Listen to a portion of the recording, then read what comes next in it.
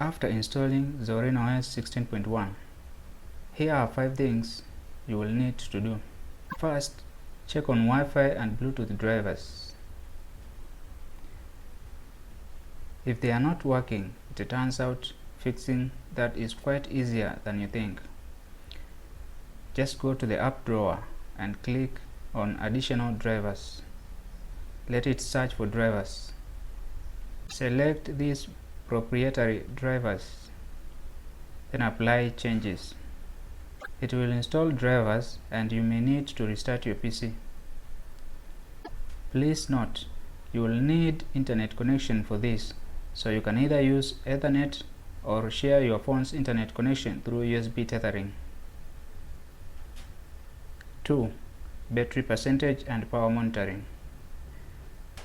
To show battery percentage on the taskbar, simply go to Settings, Power, and enable Show Battery Percentage. Also, battery statistics comes pre-installed, so you can check more details about your battery status from there. 3. You will need to configure your firewall. It may not seem important, but it is always better to be safe than sorry. To configure your firewall, click on Firewall, pick a profile, then click here and drag to the right to turn on Firewall. Set incoming traffic to deny and outgoing traffic allow. 4.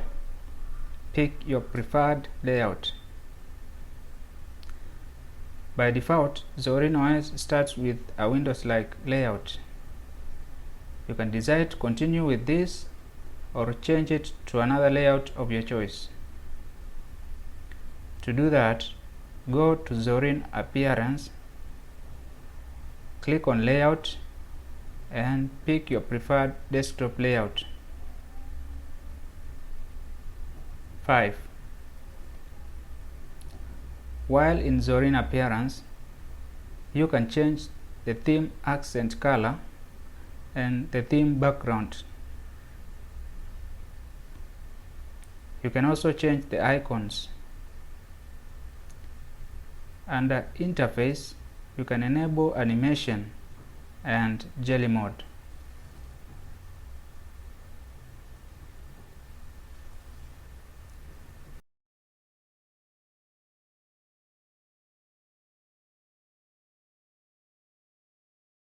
Lastly, you can enable desktop icons for home, trash, and mounted disks.